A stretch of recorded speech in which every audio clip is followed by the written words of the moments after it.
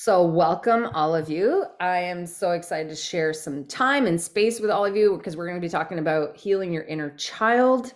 This is a topic that it's going to be becoming more and more popular, I think, in the trauma world. And I know Priya and Wendy, both of you just came off of was it a 6 week session? 8 weeks, 8 weeks, something like that. two Yeah. months. Yeah. All right. A 2 month Every course. once a week. Awesome. Awesome. So yeah, so there's lots of opportunities out there to learn more about healing. Hi, Linda. Learn more about healing your inner child. But today I wanted to just um, give some information as to do you need to heal your inner child? And what are some things that you could do if you need to heal your inner child? So to get us started, I'm like, who's this call for really? Is this really for you? So if you've struggled or are struggling with any of the things I'm going to list, then healing your inner child is something that you should consider. Cool. So the first one is child abuse. If you've ever experienced any emotional, sexual, or physical abuse, so those are big T traumas. So healing your inner child would be beneficial for you. If you've ever experienced depression, anxiety, borderline personality disorder, anger management problems, passive aggressive behavior, um, so low self-esteem, abandonment issues. So if you don't know what your attachment style is, there's one that goes along with that, but that's for a different talk. But abandonment issues, self-sabotage. Nobody here on the call ever self-sabotages, right? We all do exactly what we need to do, and we all eat well and go for walks and move our bodies and drink all the water we're supposed to drink, right? That's how we do it. So we all know what we're not supposed to do, but there's that self-sabotage thing that pops up. Self-criticism, you struggle with that negative self-talk, you have trouble with relationships, or you struggle with codependency. So those are all signs and symptoms, I guess you could say, of someone who may need to look at healing their inner child. Cool. Are there any questions about that? I could also add, if you're a procrastinator, are you a people pleaser like me, a recovering people pleaser? Those are all things. If you struggle with motivation, those are all things. Am I really? Right on, Amanda. I'm like, I got you. I'm channeling you, my friend. I'm channeling you. So these are all different signs and symptoms of inner child, that your inner child needing some attention, and we need to explore that a little bit. So your inner child work can help you resolve your childhood emotions, memories, and traumas that you still hold inside of you. So some people have a really difficult time understanding that we have like these parts, these little, like you have a little self. So the idea is it's about many of us, if you're someone who struggles with listening to your body and knowing what emotions show up in your body, that's a sign that your inner child was somehow neglected or not. What's the word I'm looking for? Okay, I just want to preface this. I've been fasting for like 4 days, and I swear to God, my brain, I'm losing my mind because I'm losing words. And I'm like, I don't recommend fasting if you want to be clean and clear. I'm like, oh my God, don't do 4 days. It's a You've lot. done 4 days? No, not straight, not straight, but it's not straight. But I've been doing like 20 hours, 20 hours, 20 hours, 20 hours. And it's just like, I'm losing my words. So if I lose my words, I apologize. I want to preface that. I'm trying something new in terms of inflammation. It goes along with the mentorship, what we've been talking about in there. So I'm like, I'm that person that if I'm going to recommend a modality, I want to know how it feels. I want to test it out on myself first. I'm not going to be like, hey, do XYZ because that's what I saw on social media and it looks cool for this influencer. I'm not that person. I'm going to lead from the front and do it myself. So I'm trying the fasting, but I have to say my experience so far, it does remove inflammation. It's amazing. I've been like waking up clear. It's amazing, but my mind, the words aren't always there. So anyway, so if you're someone that you tend to ignore your emotions and you don't really feel connected to your body, that might be something else that your inner child has been trying to protect you for some time. So how do you discover your inner child? So I'm going to get right into it. So the idea is discovering your inner child. So I'm going to assume everybody here has one of those, one, two, or multiple of those things I just listed. Yeah. Okay. So how to discover your inner child. So one of the steps, so I'll go through four things that you can do to start discovering your inner child, right? So there's different workshops and there's different activities that you can do, but the first one we'll start off with is your reactions. Stop restricting how you react in certain situations. So many of us, can you remember like when you were a kid, like how impulsive or reactive you were to something? Like, so as adults, like I was just talking to a client of mine today, and we were talking about how she got a flat tire. And in the past, before like a year ago, she said she would have completely reacted and just shut down and cried and the whole bit. She was alone in the middle of nowhere and got a flat tire. So she would, blow up, and it'd be like a very fight or flight response and whatnot. And it was very reactive. And it was just like, it's just like a volcano would explode, right? And so the idea is we want to allow space for those reactions to be expressed. And so many of us have been taught, especially if you're a people pleaser, we tend to bite our tongue, or we type, or if you type, you tend to procrastinate. You tend to do things to appease, the like not create waves, right? And so we're always just trying to get along with everybody else. And, like my parents taught me, just sit still and be quiet and sit there, right? That's where a lot of our inner child are. And a lot of us as children, this is the generation that we were told, like, did they say be seen, not heard kind of thing? So yeah, not heard. So this is where we want to stop stifling our voice. We want to be able to start using our voice, start allowing a space for you to start expressing how you feel. So if someone is, if you are reacting to a certain situation, so I'm going to use my own children. So like when my children don't listen to me when I say it's time to go to bed, I tell them, I don't appreciate you disrespecting me. So I'll use the words, because in the past, what I would do is just yell and be like, ah, and then they would react, and because I'm yelling and this whole thing, right? So the idea is we don't want to ignore those impulses, but we want to be able to articulate and use our voice so that that little voice, that little person inside of you can be heard, is what we want to start doing. Does that make sense? Yep. Cool.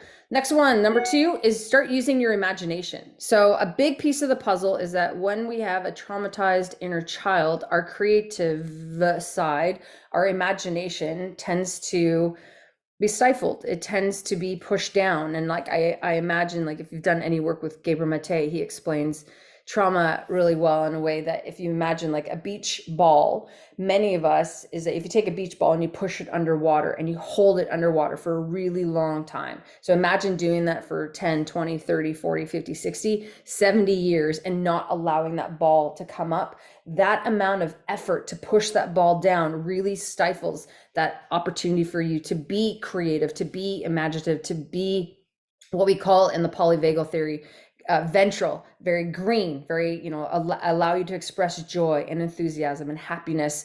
And if you're that person, you're like, I don't know the last time I was happy. I don't know the last time I was enthusiastic about anything, right? That's because you have been working so hard on pushing down those emotions and feeling those emotions from your inner child.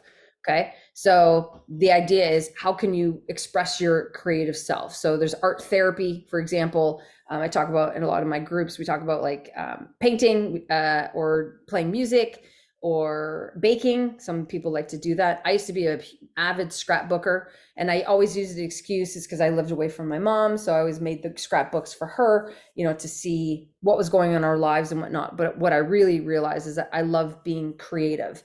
I use social media very much. Like when I post on Instagram, it's very much about my creative self. It's like when I create a reel, it's about getting into my feminine and doing things that are fun, right? So using that imagination for you to just see what comes up, even going for a walk. Like, this is funny because like my dad has been walking. So we've been doing a podcast for a bit. So the last podcast we were at, he was at 428 days that he walks. So when I go for a walk with my dad, he always walks the same path. So when I show up, I'm like, let's go this way. Let's go this way. So every day when I was there for a week, I made him go on a completely different path. And he's like, I've never been down here. I'm like, oh my God, you've walked like how many days in a row? He's like, I'm like, that's where you get to use your imagination and just let things just fly. So we want to offer some opportunities for you to do that. Next one is find something to smile about. Another way to describe this is I call them glimmers. What are glimmers in your day? What are opportunities for you to, what are fun and exciting things that you see every day? So it could be little things, but it's having that awareness of the glimmers that you see and experience on a day-to-day basis. Just like a child, like they could be studying bugs and, look in the grass and rolling around and just that creative, like all the, what's going to lead into the next one, but all that, like the sensory input stuff, which is number 4. It's all about using your senses, but finding something for you to be excited about or feel joy or feel whatever the word is, connected, love, whatever the higher vibration emotion is, you want to create that. So sometimes it's just looking at a picture. So for me, it's walking out in nature. I get that every time. It's, I don't know. And like I said, I go to different places, so I never know what I'm going to experience. Listening to music. So I just posted today on social media, sound is the fastest way to influence your nervous system. Well, it might be, I don't know. Technically, it's sound or smell. So they're really like neck and neck. So if you want to shift your nervous system really quickly, you smell something because of what parts of the brain are activated, or listening to a sound. Like I don't even have to speak. And if I just make grunting noises, you'll have an idea of what I'm actually trying to say. So tone really matters. So listening to music, watching a movie, doing just something you enjoy, puzzles or whatever. Okay. And then the last one, like I said, is using your senses. So this is a big piece of the puzzle that I talk about in my masterclass in particular. But really understanding your autonomic nervous system and understanding and befriending your inner child. It's all about sensory input. So what we do, the work that I do with trauma healing, is really using movement and understanding what your sensory hierarchy is. So everybody has a certain hierarchy, meaning some people prefer cold, some people prefer heat, some people prefer pressure, some people prefer a certain smell, some people prefer a certain sound, some people prefer a vibration and tapping. So all of us have a story, and based on that story, your nervous system responds to certain sensations in a safe or dangerous way, I guess you can say.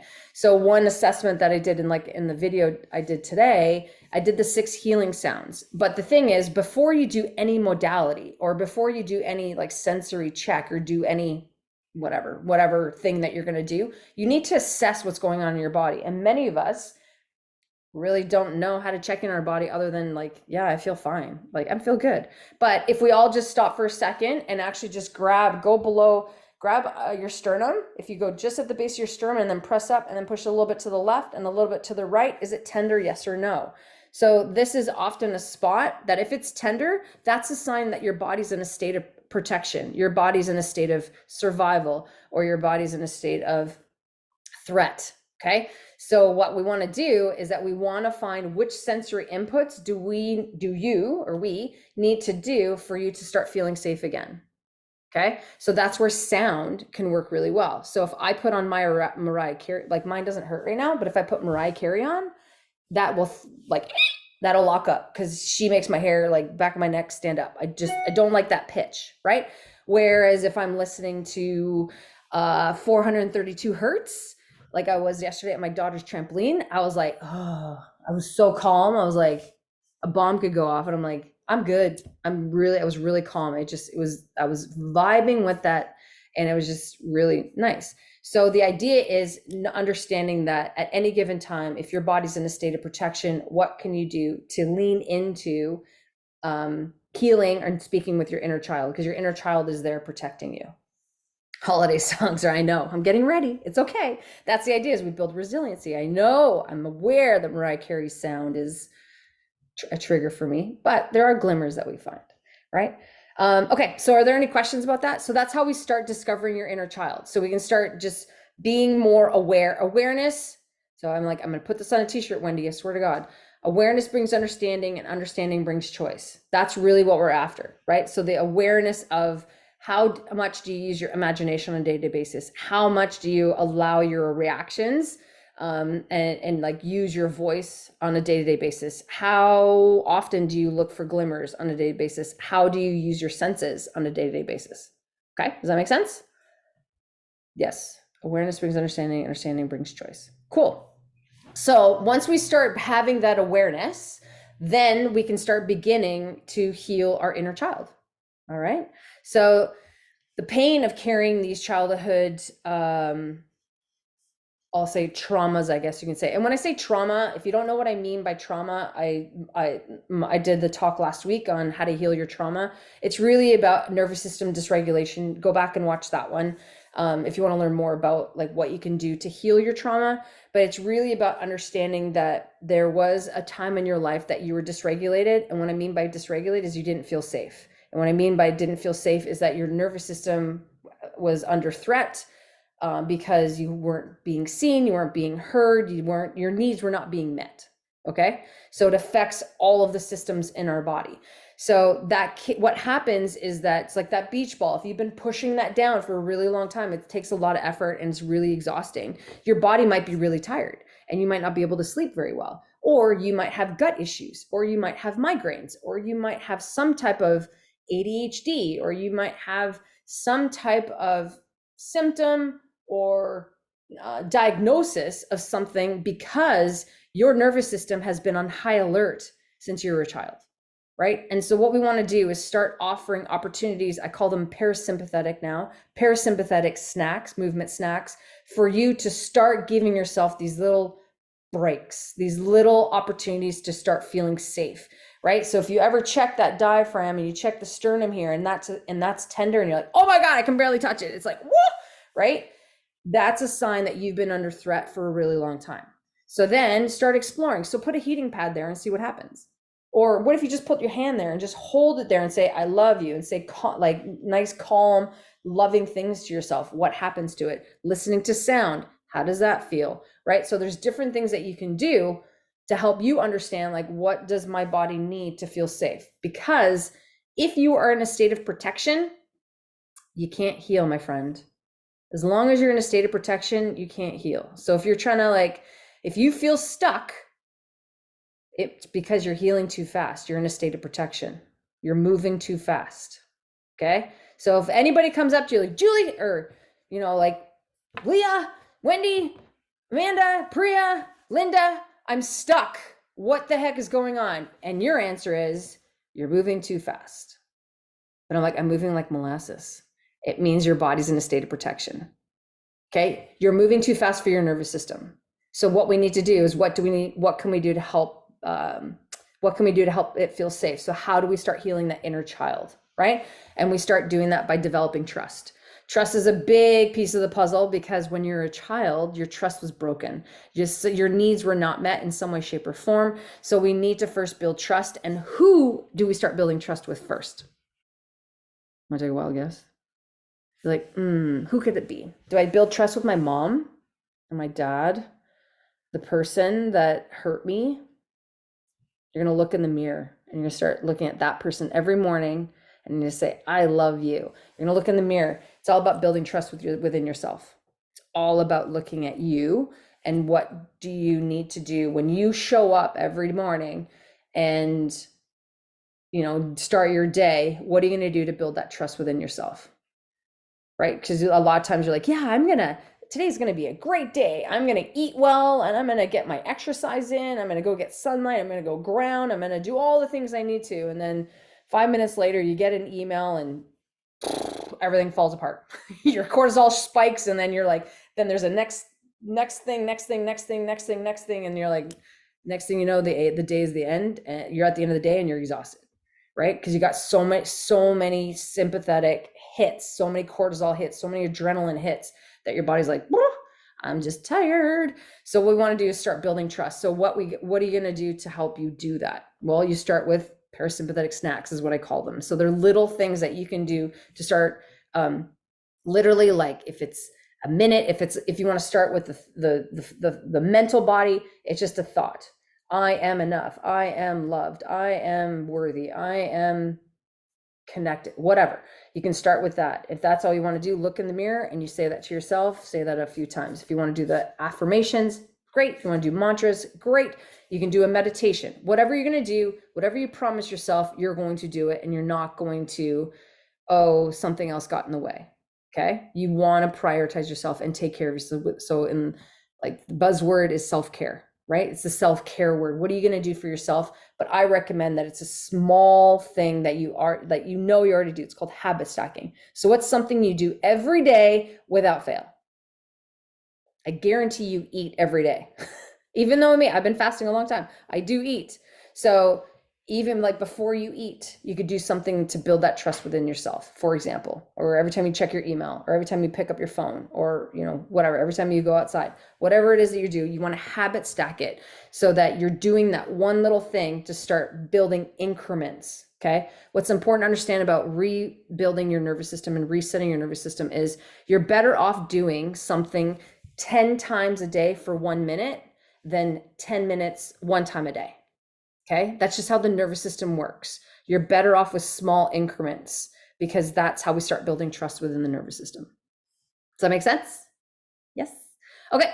The next one, number 2, embrace the pain. Woo! So the way I describe it is really lean into the pain. So a lot of times, many of us, like if I go to that beach ball example, we've been pushing it down, is that many of us have worked really, really, really hard not to feel. Really hard, because when we feel, it hurts. When we actually experience those emotions, it sucks. And so what we want to do is that we want to actually acknowledge. So we want to bring awareness to whatever the emotions are, and we want to just embrace it. And like all emotions are welcome here. So a lot of people talk about emotions being good or bad. When I feel abandoned, or when I feel fear, or when I feel frustrated or angry, those are all fantastic because those are protecting you. But the question is, based on your experience and based on your story, is anger or frustration or abandonment or disrespect, are these words that are perceived as really, really negative, right? So if it's all based on your perception. So the thing is, many times when we feel disrespected, what do we really want? We want respect, right? When I feel fear, what do I really want when I'm afraid? I want to feel what? Safe, maybe, right? Yeah. So the thing is, when we're feeling an emotion, so for instance, like what's the opposite of vulnerability? Everybody can come up with a different word. Hiding, sure. Absolutely. But many times that hiding, when we hide strength, absolutely. The opposite of vulnerability. But if you think about like whatever the word that you come up with for the opposite of vulnerability, it's actually, that's how what. So let's say it's the opposite of, I'm not a Brene, openness, sure. Brene, like, what does Brene Brown say? I have to like watch one of her things. But basically it could be guilt, could be shame. Shame could be the opposite of feeling vulnerable, right?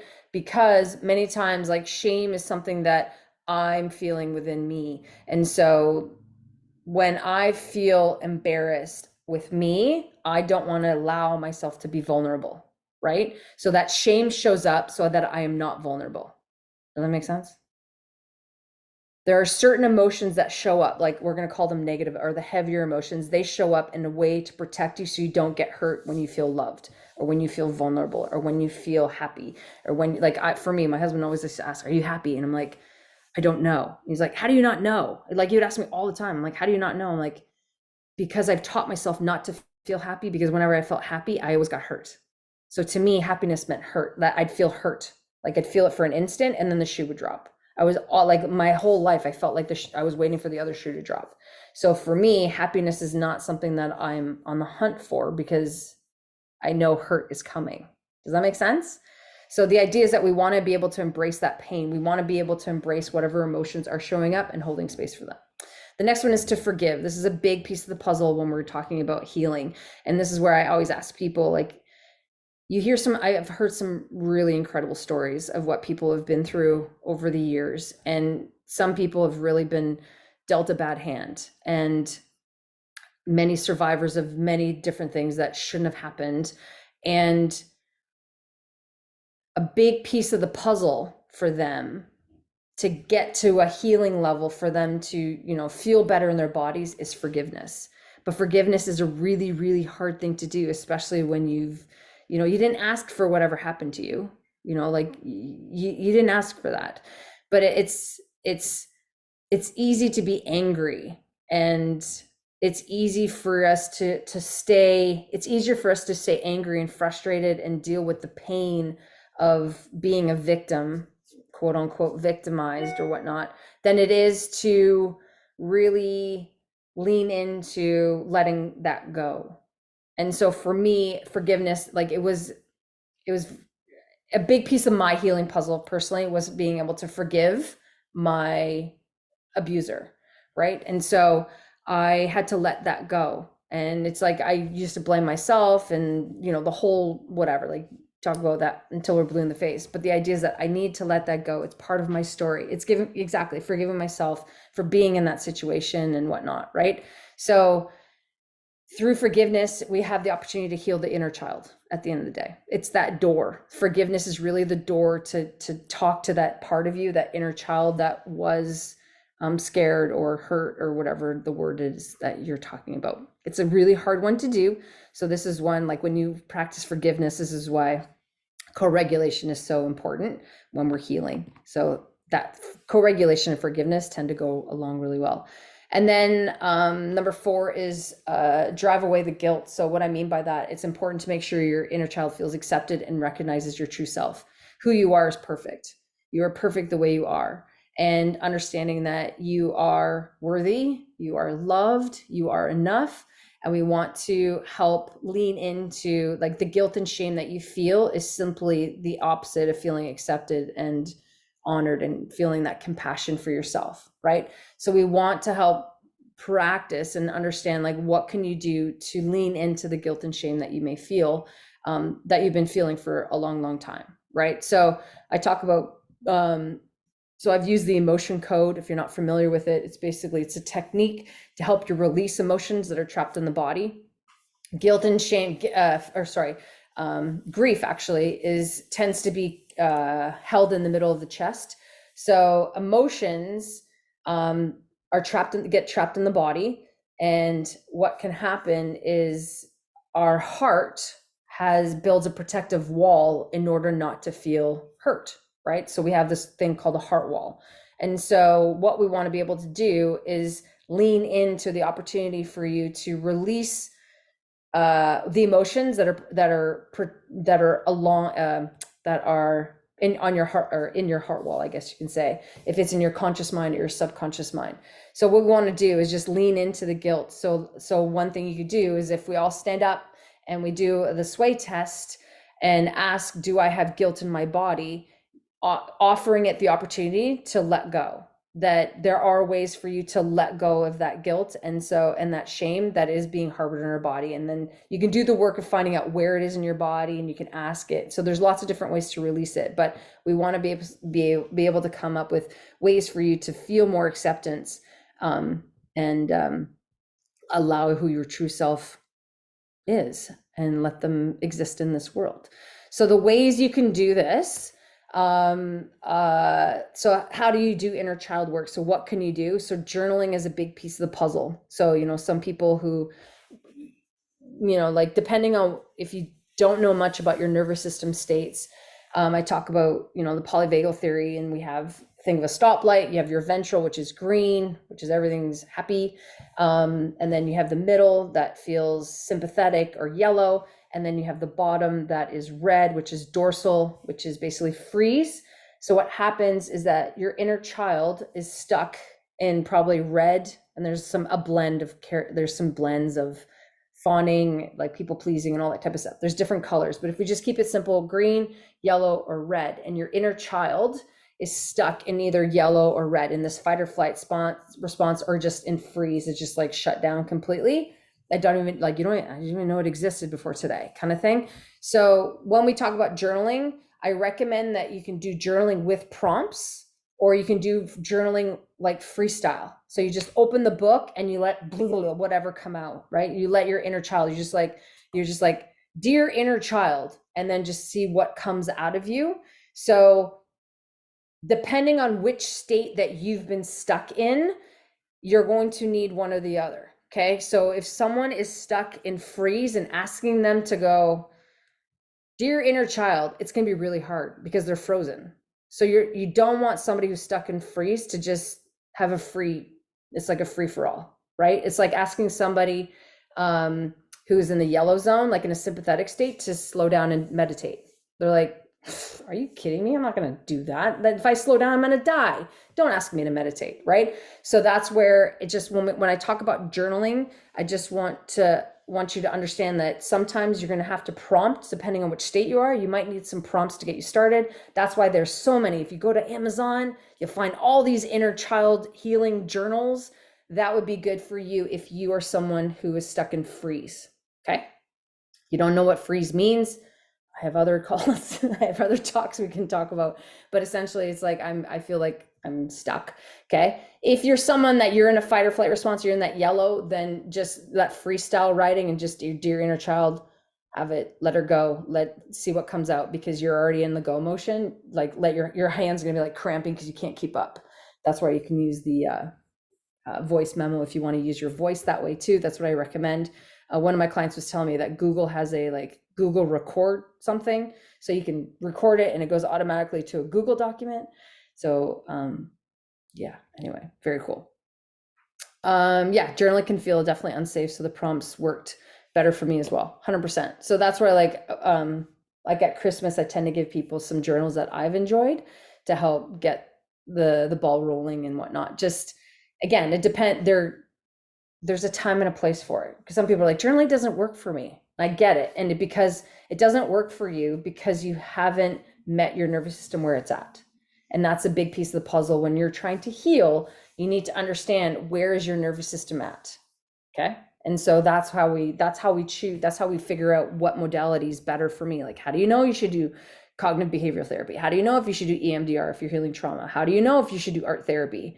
Well, it depends on where your nervous system has been hanging out and understanding that. So there might be a little bit of like background work that you need to do from there. Do you have any questions about that?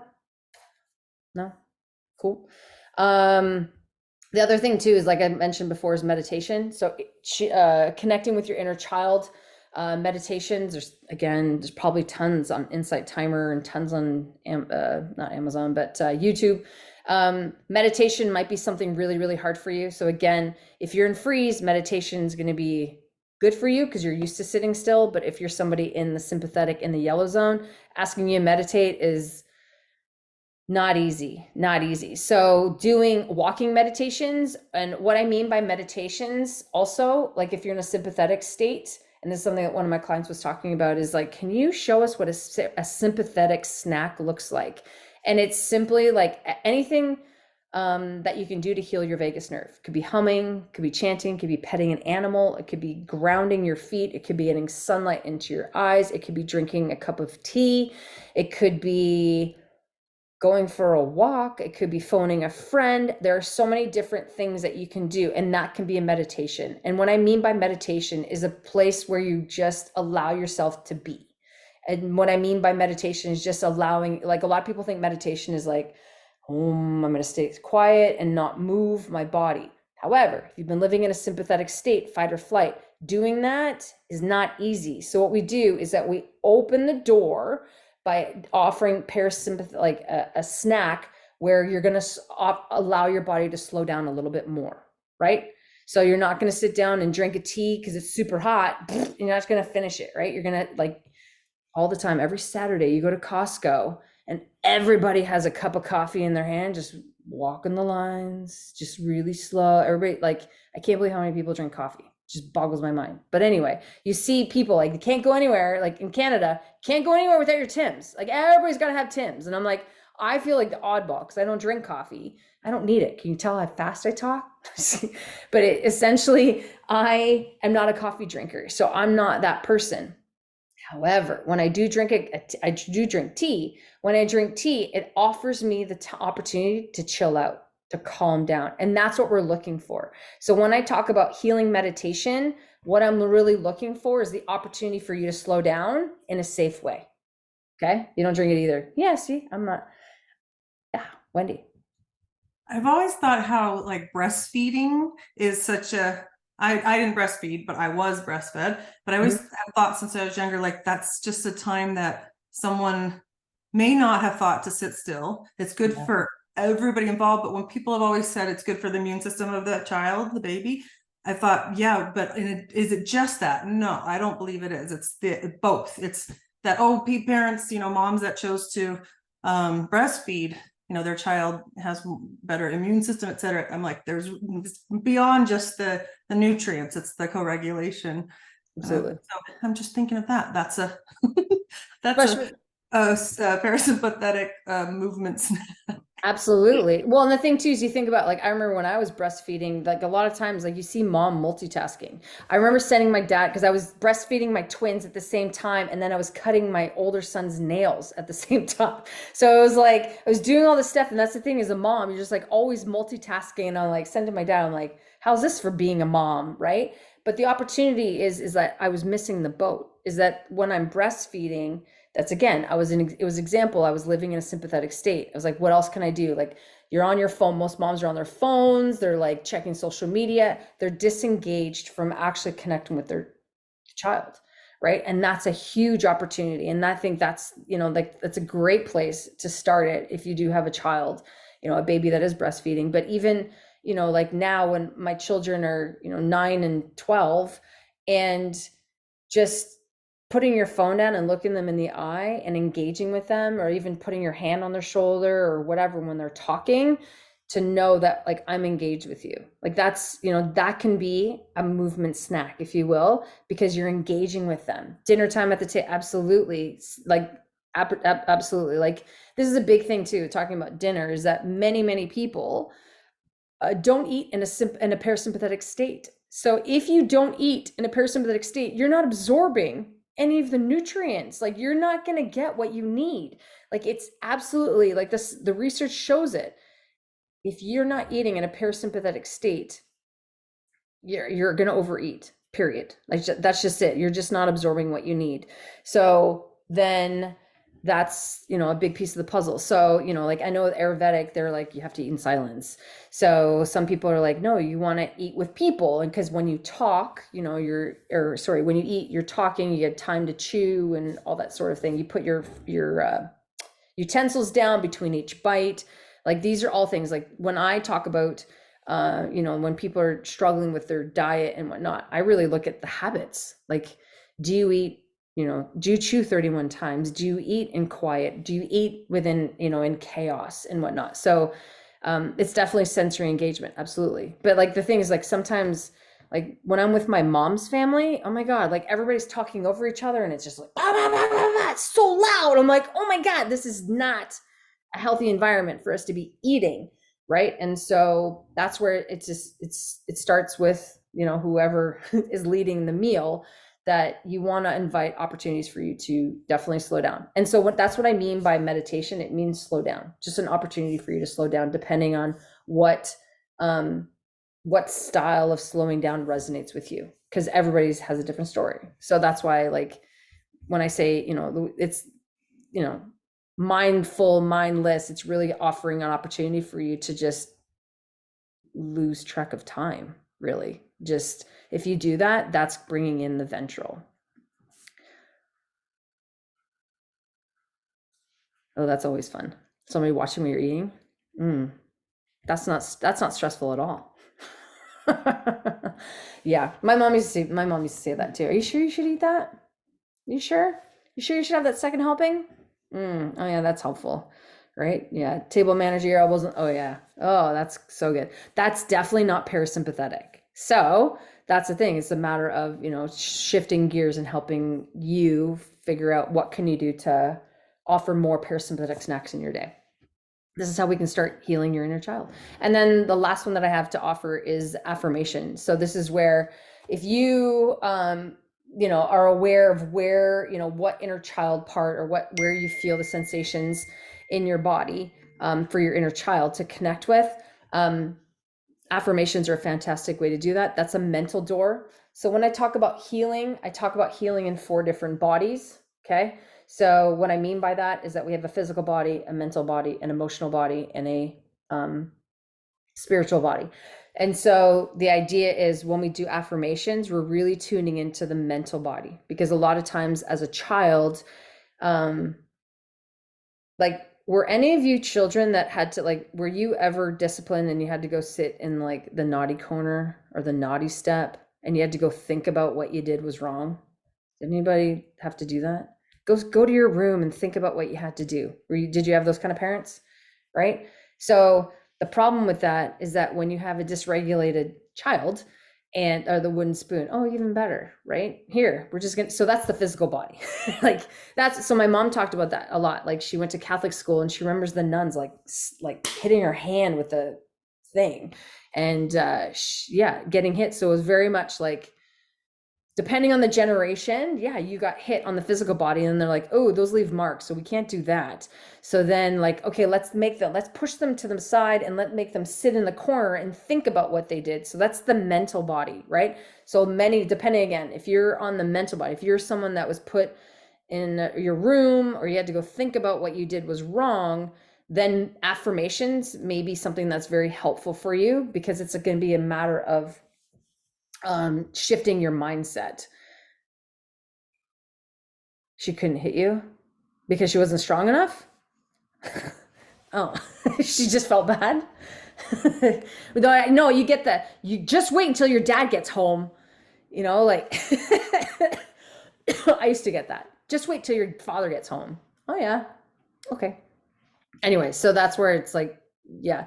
And that's, dysregulated parents, that affects your inner child as well. There's kind of like a whole cyclical thing. We can talk about epigenetics and the whole bit, but the key is really to understand, like, okay, I have an inner child, I need to start healing it. What can I do today? And if you're someone that, I want to go on the mental stuff, the affirmations are great. So like affirmations like, I love my inner child unconditionally, I trust my inner child, I listen to my inner child's needs, I'm grateful to reconnect with my inner child. All these different things, you want to bring intention. So whatever modality that you choose, you want to bring intention to connect with that part, right? To show love to that part, to, forgive that part and let them know that, hey, I know you were scared. I love that I'm staring at a cat's butt. This is the best.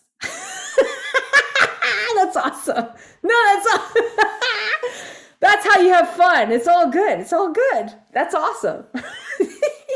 That's awesome. That's fantastic. So anyway, so we want to give opportunities for you to start healing your inner child. So that being said, since you're all on Zoom, what I wanted to do is, I know people are not going to be able to see this on the recording, but I want you to play with your filters and show me your best inner child. So what you're going to do is that you can if you go to the stop video, I know Wendy loves this stuff.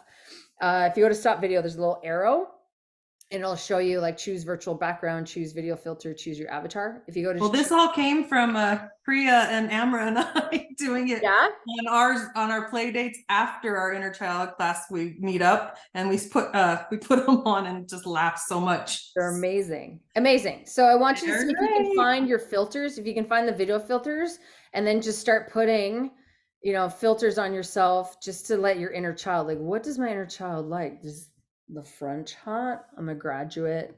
So we just want to you want to offer opportunities for you to have fun with all these different, where's the shark? Mask up, people. Baby shark. Can you find it? Sometimes if you're on a phone, it might be a little bit harder to find. But there's avatars as well. If you want to put like make yourself an avatar, like these. Oh, I'm gonna change myself. These are the best. You just have fun with yourself, right? And anyway, so the idea is again allowing yourself the opportunity. These are so Wow, funny. Amanda, love it. Taking this off. All right, oh, birdie. Here's a Oh little my bird. gosh. Wendy, you found more. Where's that? I don't Wendy, how do you know. find your avatar? Aren't they fun? Leah's awesome. I know, right? I don't know Pizza. about you guys, but Priya and I have talked a lot about not being able to like laugh when we were little or play like when we're little and really not learning that or being able to do that as adults. And that's what we're here for. We're here to just play and see what your inner child likes. Christmas lights. Speaking of like Christmas lights for me, I love Christmas. Like I love lights. And so my husband would always like, because it gets cold here, like all of a sudden in Canada, and he never puts up the Christmas lights. And I always get upset because I'm like, all I want is Christmas lights. So we got the permanent last year. He's like, you know what? I hear you after whatever 20 years of being together. He's like, I hear you. So we got permanent Christmas lights put on my house. It's the most amazing thing. So every day I get to see Christmas light or any kind of color I want because there's a gazillion different options. But anyway, Christmas lights are the best. They make me happy. Yeah. Isn't this fun? You're like, oh,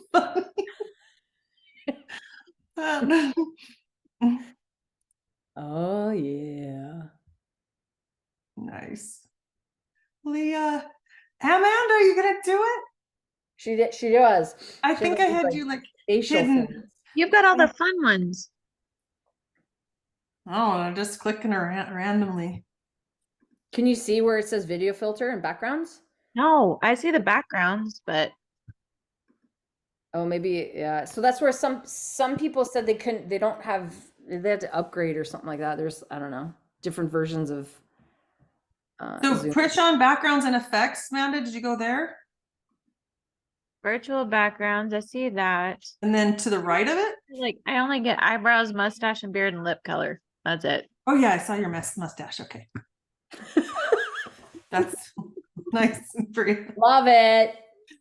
Oh, I love the yeah, stubble. that's so cute. I like the surgical mask on Linda. Isn't that fun? Anyway, we've been doing that in our group stuff just to play a little bit and let your inner child express themselves and see what comes out and whatnot. But anyway, so that's yeah. So does anybody have any questions about any of that? Those are pretty self-explanatory.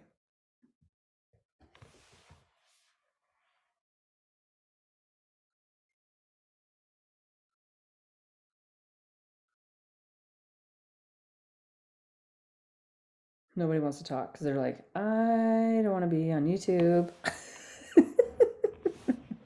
Yeah. Okay. So we're gonna stop there, and hopefully you found this helpful. And I'm gonna just stop the recording from here.